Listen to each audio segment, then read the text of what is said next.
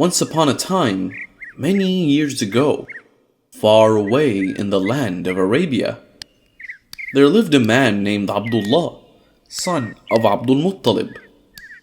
He was one of the foremost leaders in the city of Mecca.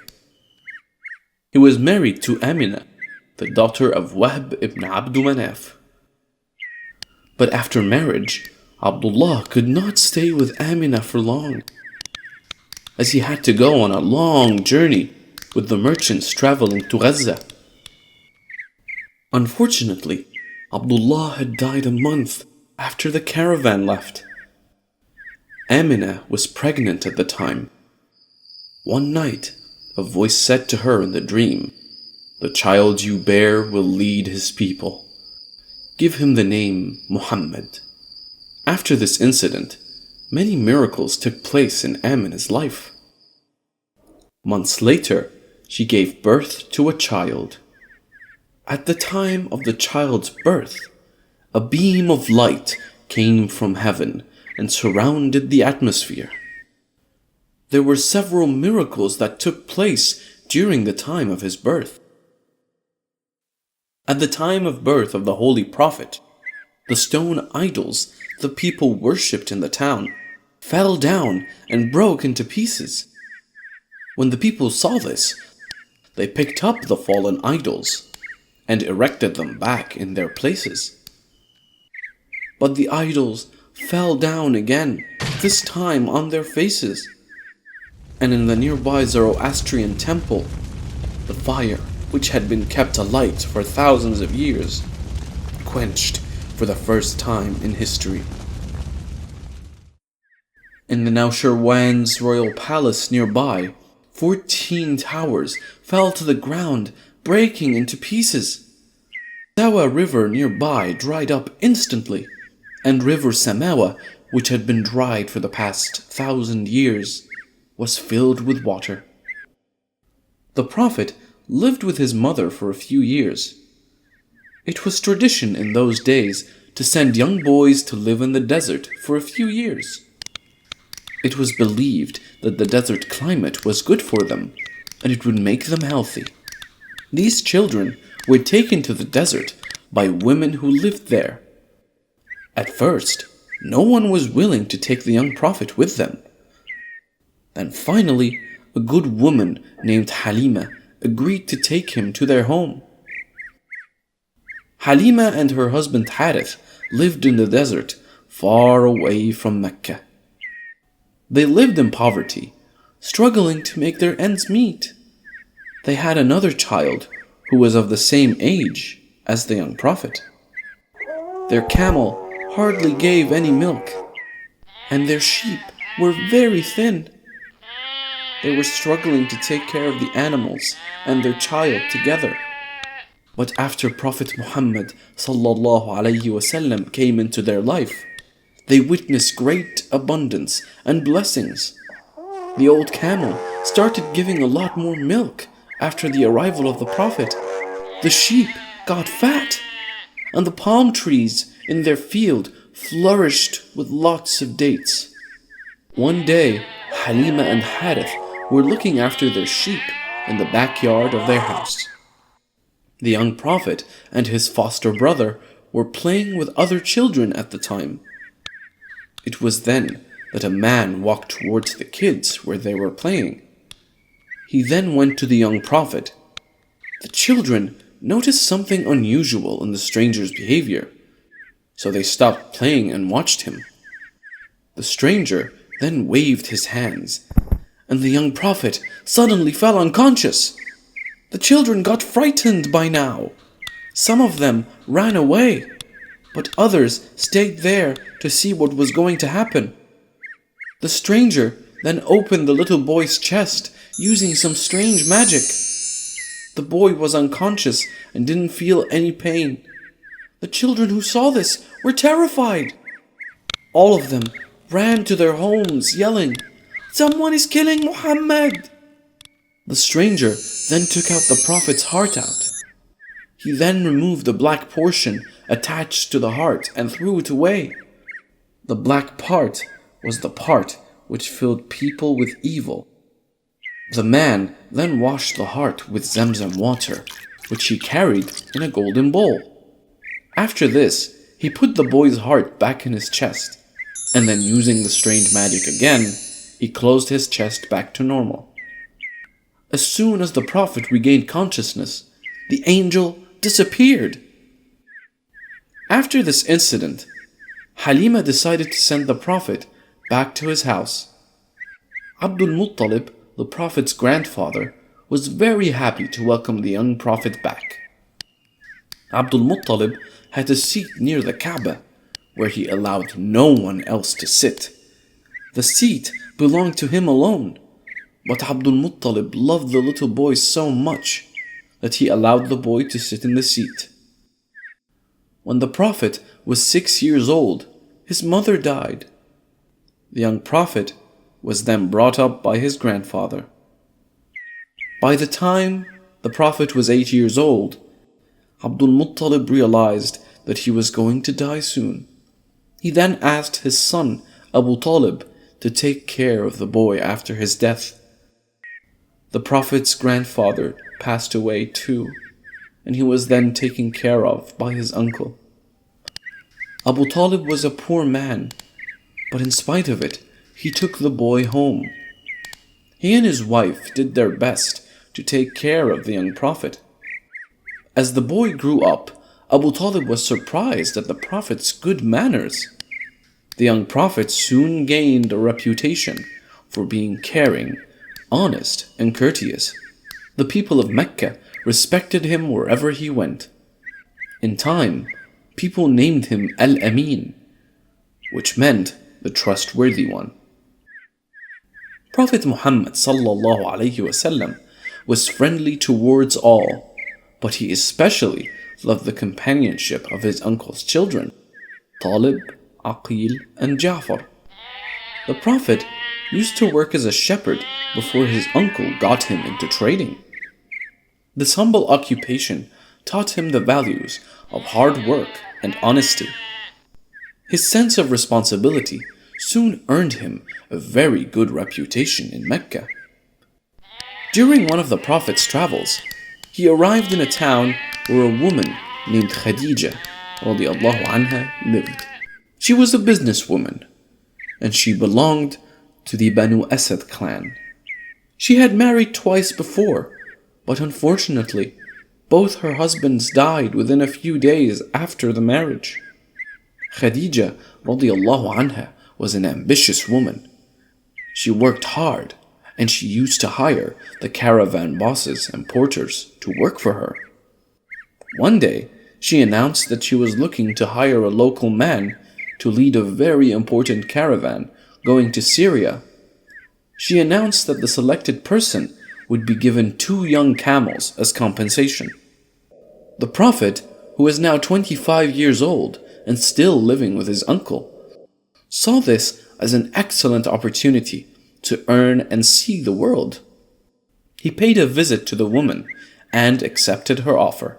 Khadija radiallahu anha decided to send one of her slaves secretly along to keep an eye on the young Prophet. He was also entrusted with the task of assisting him in managing the caravan workers and the animals as well. And that day, the Prophet set off for Syria. It was going to be a long and fruitful journey. Prophet Muhammad sallallahu alayhi wasallam becomes a merchant. In the last episode, we learned how Prophet Muhammad sallallahu alayhi wasallam grew up and became a well-respected young man in Mecca. The Prophet took employment with Khadija radiallahu anha and traveled with her merchandise to Syria. Khadija radiallahu anha sent her most trusted servant along with the Prophet to keep an eye on him. The Prophet visited many new places and markets on his way to Syria. Finally, he reached Syria. The Prophet was amazed when he saw the market. It was much bigger than the one in Mecca, and it was so crowded with people. The Prophet and his assistants set up their merchandise for display, and it was soon crowded with people. People were really impressed with the Prophet's demeanor, and they loved doing business with him. They were able to sell all their goods on the very first day itself.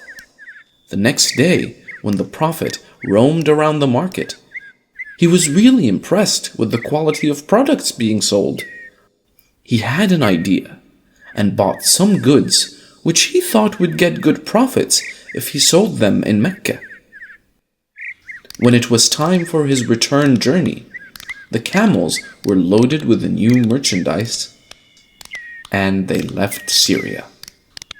When they arrived back in Mecca, the people were amazed by the merchandise he brought with him.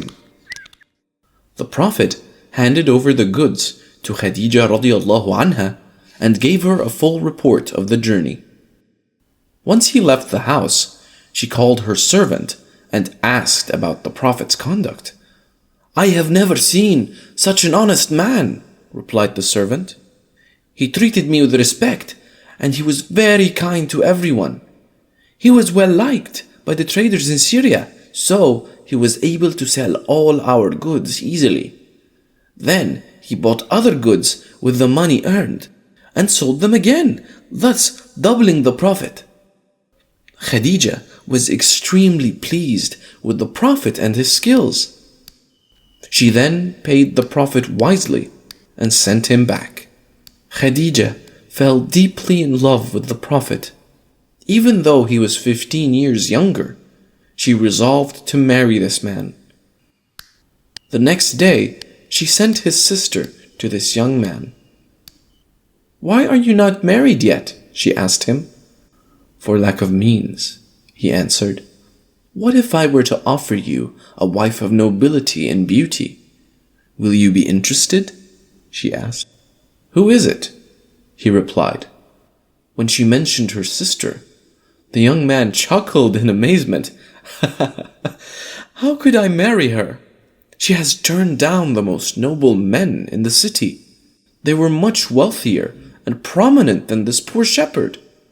But the sister replied, "Don't you worry, I will take care of it." Not long after, the Prophet married Khadija radiallahu anha. It was the beginning of one of the most loving, happiest, and sacred marriages in all human history. This marriage gave him the loving heart of a woman who consoled him and kept him alive, a flickering flame of hope when no man believed in him. The Prophet lived a wealthy life for many years after that. After they got married, they had 6 children together, 2 boys and 4 girls. But none of the male kids survived, as they both died in their infancy, and both of them were really sad at the loss of their sons. Their daughters, Zainab, Ruqayya, Kulthum, and littlest Fatima, brought much joy and pleasure into their lives. Many years passed. Once there was a huge flood in Mecca, which destroyed several buildings, including the Kaaba. Everyone was worried. They all wanted to get the repairs done to the Kaaba, but they were worried that some harm might befall on them if they tried to take down the walls. They waited many days, but no one came forward to take down the walls. One day, the leader of the clan, Al-Walid ibn Ali al-Mughira, walked in front of the crowd, took a pickaxe, and struck the corner of the Kaaba. When he struck, a section of one of the walls came crashing down. Everyone was surprised, and they looked at Al-Mughira if something happened to him. They waited for a while, but Al-Mughira remained unharmed. When the leaders saw this, they were reassured and decided to rebuild the Kaaba. They decided to put each major clan to work on a rotating schedule. Stone by stone, the entire Kaaba was carted away. When the workers reached ground level, they found the underlying foundation was made of a large green stone slab. Then they started rebuilding the Kaaba. One by one they laid the stones. When construction was midway, it was time for them to place the famous black stone. Each clan's leader came forward with an argument that the right to place the fabled black stone belonged to them. The leaders of other tribes disputed their rights, and pretty soon it became a serious issue. No one was able to arrive at a decision. So it was decided that they consult Prophet Muhammad ﷺ to find a solution. The Prophet thought for a while. Then he asked that a large sheet be brought to him. When they got him the sheet, he spread it on the ground and placed the black stone in the middle. Then he said, "Let the leaders of each clan take hold of the edges of this sheet." One by one, the leaders came forward and lifted the sheet in unison. The Prophet led them to the Kaaba as they carried the black stone together. Then they all placed the black stone standing together. Nobody felt slighted, and every clan was participating. The elders too were happy, and they agreed that it was the wisest decision. The Prophet always helped the poor and needy as well. Abu Talib fell into bad times, and the Prophet cleared all his debts using his personal wealth. The Prophet also undertook the education of his uncle's son, Ali, and brought him up. A year later, he adopted Aqil, another of his uncle's sons. Years passed, and the Prophet is in his 30s now. It was a time when there was frequent wars between different regions in Arabia. There was a group of people who worshipped the sun, the moon, and the fire. Then there was this other group who worshipped the idols. All of them fought with each other, claiming their religion to be better. Prophet Muhammad ﷺ didn't join any rebellion against idolatry, even though he didn't participate in the veneration of the idols himself. As the Prophet entered his 30s, he was very confused. He wanted to know the reason why he was alive, and constantly wondered what the purpose of his life was. He yearned for this truth day and night. As he kept pondering over the dilemma, the Prophet slowly began to withdraw from his business and affairs of the city. The enlightenment of Prophet Muhammad ﷺ. For the last several weeks, the Prophet was having strange dreams, visions, and voices while he was asleep. He couldn't sleep well, and these incidents troubled his mind. When he told this to his wife, she reassured her husband by saying, "Those dreams would bring you no harm." One night, as usual, Prophet Muhammad ﷺ was spending the night at Mount Hira, pondering over the purpose of his life. That night, while he was alone and praying, the Prophet suddenly saw a bright light in the form of a man. That angel slowly approached him and commanded, "Read." The Prophet was never schooled, so he did not know how to read. He replied honestly by saying, "I can't read." The angel spread his arms around the Prophet and held him tightly. He then commanded the Prophet to read. But how could the Prophet read when he was not taught the letters? So he gave the angel the same answer. The angel then squeezed the Prophet so tight he was unable to breathe. Then he commanded, "Read." The Prophet was in pain now, and he was suffering. He struggled and asked the being, "What should I read?" The angel then squeezed the Prophet so hard that he thought he would faint, and he said, "Read in the name of your Lord and Cherisher, who created man out of a clot of congealed blood. Read, and your Lord is the most generous, who has taught, writing by the pen, taught man which he knew not." The Prophet then repeated the words with a trembling heart. Before leaving, the angel said, "I am the angel Gabriel, and you are Muhammad, the messenger of God." The Prophet was stunned by this experience and somehow managed to reach home. As soon as he entered his house, he said to his wife, "Wrap me up, wrap me up." He was trembling as he said this, and she wrapped him up in a towel until his fear was gone. He explained to his wife what had happened. When he finished, he asked her if she thought he had gone mad. "Allah forbid," she replied. "He will surely not let such a thing happen, for you speak the truth. You are faithful and trust. You assist your fellow men."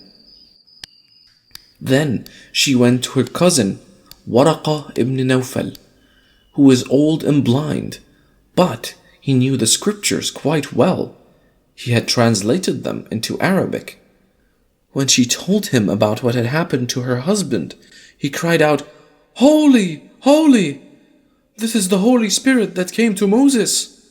He will be the prophet for his people. Tell him and ask him to be brave at heart." The Prophet continued to receive revelations for the remainder of his life. It was memorized and written down by his companions on sheepskins.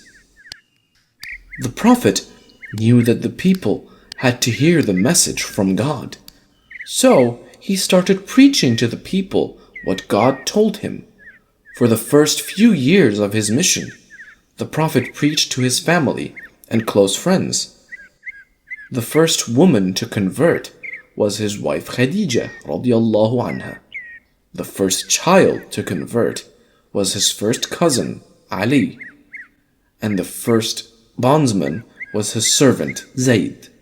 His old friend Abu Bakr was the first adult free male to convert. Many years later, the Prophet said this about him: "I have never called anyone to Islam who was not at first hesitant, except Abu Bakr." Later, the Prophet received the command to preach openly. Day after day, Prophet Muhammad worked hard in spreading the message of God to as many people as possible. The Prophet explained the foolishness behind idol worship and taught them the importance of the Holy Quran.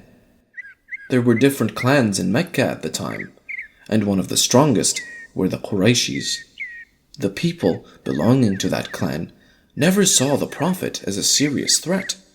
They ignored him, thinking he was just a single man. But as time passed by, they saw the Prophet was getting more and more followers, and they now thought of him as a serious threat. Prophet Muhammad continued preaching to his people day and night. He traveled to distant lands, far away villages, spreading the message of the Quran. As a result, many people got convinced and stopped worshipping the idols and converted to Islam. Prophet Muhammad was very kind towards everyone, especially the poor. He treated everyone, young and old, poor and rich, with kindness and respect. There lived an old woman in the city who was a disbeliever. The woman made a habit of throwing rubbish on Prophet Muhammad whenever he passed in front of her house. The Prophet had to pass that house daily, as it was on the way to the mosque. This happened every day, but every time she threw the garbage on him, the Prophet would continue walking silently. He neither showed any signs of anger, nor was he annoyed. This routine took place every day. One day, as usual, the Prophet was on his way to the mosque. He passed the house of the old woman, but then no one threw garbage at him. The Prophet then stopped and asked the neighbor where the old woman was. The neighbor was surprised when the Prophet asked why she wasn't at her door, as usual, throwing garbage at him. The neighbor informed the Prophet that the woman was sick and she was bedridden. The Prophet thought for a while and politely sought permission to visit the woman. The old woman gave permission to the Prophet to enter the house. She thought he was there to take revenge on her. The Prophet smiled at her and told her that he wasn't there for any revenge. He told her that he was there to look after her needs. He said that it was the command of Allah to take care of the needy and help them. The old woman was greatly moved by the kindness and love of the Prophet. She now understood the greatness of the Prophet and that he was truly the Prophet of God. Realizing that Islam was the true religion, she accepted Islam at once. Alhamdulillah. The priests and the people of Quraysh then tried to tempt the Prophet into joining their religion. For this, they sent Utbah ibn Rabi' to meet the Prophet. He offered riches, honors, dignity, and a fortune larger than what any of them had. They even offered to make him the chief or even the king. The Prophet listened silently. Then he recited the first 13 verses of Surat Fussilat. He praised Allah subhanahu wa ta'ala and explained about the glad tidings of paradise to anyone who believed in the one true God. The Prophet then reminded him about what had happened to the people of Ad and Thamud. When the Prophet finished his recitation, he said to Utbah, "This is my reply to your proposition. Now take what course you find best." Utbah realized the greatness of the Prophet and never again did he try to convince him.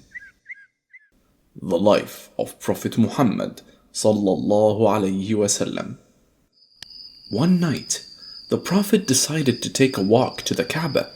He loved to visit the Kaaba at night because he could pray and meditate free from being disturbed. He spent a few hours at the Kaaba. After some time, he felt sleepy and lay down at the nearby courtyard. It was then that the angel Jibril appeared before him. Jibril took the Prophet by his arm and led him to the gate of the Kaaba. There was a beautiful white animal standing at the gates. It was slightly larger than a donkey and smaller than a mule. It had beautiful wings on its sides too. This fantastic creature was called a buraq. When the Prophet mounted the buraq, it leaped into action. The buraq could travel as far as one eye could see in a single leap. This creature was traveling towards the direction of Jerusalem in the north. A short time later, they arrived in Jerusalem, and the Prophet saw the ruined remains of an ancient temple. The Prophet dismounted the buraq and walked towards the temple. It was then that he came face to face with all the previous prophets. He saw his forefather, Ibrahim alayhi salam, Isa alayhi salam, Musa alayhi salam, Dawood alayhi salam, and all the others who were brought back to earth in spirit form. All the prophets greeted Prophet Muhammad sallallahu alayhi wasallam with respect and great pleasure. Then they all stood behind the Prophet and he led them in prayers. After the prayers, the angel instructed the Prophet to climb the buraq once again. The fantastic animal took a huge leap, and from the secret rock of the Temple Mount, they shot straight up into the sky. It was a fantastic journey that had only been undertaken by 2 mortals before. The Prophet realized that he was being transported into the heavens. The other world is commonly known as Akhirah, or the afterlife. The earthly forms slowly vanished away behind him. Angel Jibril flied like a bird, using his wings along with him. One by one, They traveled through each of the 7 layers of paradise. The Prophet saw his forefathers and other prophets once again in those heavens. Each of them greeted him when they saw him. The Prophet went past the gates of each heaven at different levels.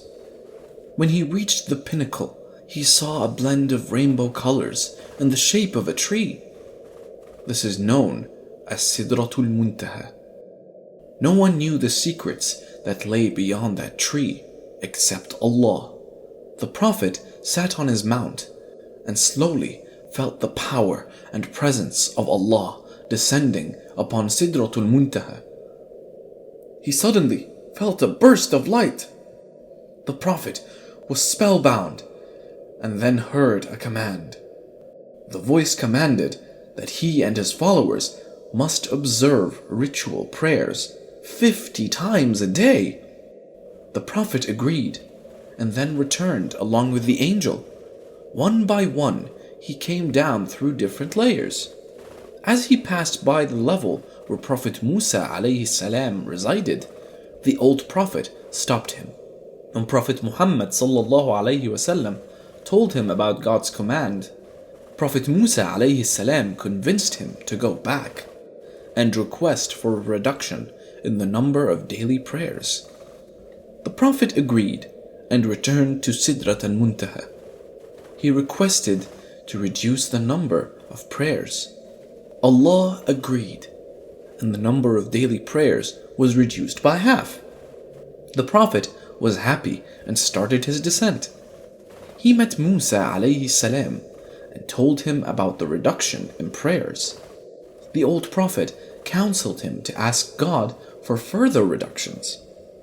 The Prophet agreed and went back to Sidratul Muntaha.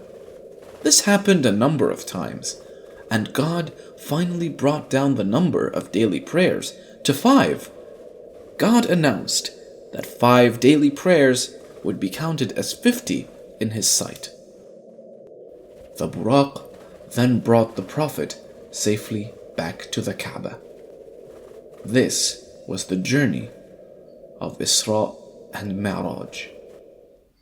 The clan leaders of Mecca sought many ways to stop the Prophet from preaching. They persecuted the Muslims who joined the Prophet and now threatened to start a war as well. The situation became worse. The Prophet's heart grieved when he saw his people suffering. When things got even worse, the Prophet decided to ask his followers to migrate to some country where they would not have to face such hardships. It was a time when their neighboring country, Al-Bisiniya, was ruled by a king named Negus. King Negus was a wise and just ruler who was loved by his people. The Prophet knew that his people would be safe under their rule. The Prophet sent a message to the king and sought support for his people. He then asked a few families to migrate to Abyssinia. The people agreed. They left their homes at night and traveled there. The refugees went to the king's palace, seeking permission to settle down in his lands. When the king met them, he welcomed them and assured their protection. They were soon followed by many others, and pretty soon about 100 families had emigrated. In the meantime, the Prophet had gained support of many followers. The most notable among them was Umar bin al-Khattab. He was one of the most hated enemies of Islam at first. But as he learned more about Islam, he decided to embrace religion. The Quraysh leaders were now really angry and decided to kill the Prophet. One night, they dispatched men to the Prophet's house to kill him. When the Prophet came to know of their plans, he decided that it was time for him to leave Mecca. The attackers gathered outside the wall, waiting for the Prophet to come out. It was the night of Hijrah. The Prophet informed about his migration to Ali radiallahu anhu, and he told him about the attackers waiting outside. He asked Ali if he would sleep in his bed in place of him to confuse the attackers. To this, Ali replied with another question. If I sleep in your place, in your bed, will your life be saved? The Prophet replied, yes. Ali then thanked Allah subhanahu wa ta'ala and slept in the bed of the Holy Prophet, covering himself with the Prophet's blanket without any hesitation. It was because of Ali that the Prophet was able to leave the house unnoticed. By the time the attackers realized this, the Prophet was far away from Mecca. The Prophet reached Medina and lived there along with his people. There was a ban on Muslims and the family of the Prophet for 3 years. During this period, the Prophet and his disciples mostly stayed indoors, and Islam made no progress outside. The ban on the Prophet's family was lifted 3 years later, and he then returned to Mecca. In the following year, his uncle Abu Talib and his wife Khadija died. The Prophet had lost his guardian who protected him from enemies, and Khadija was his most encouraging companion. He grieved their deaths for many months. The Prophet continued preaching about Islam in distant lands. Sometimes he sent his disciples to preach too.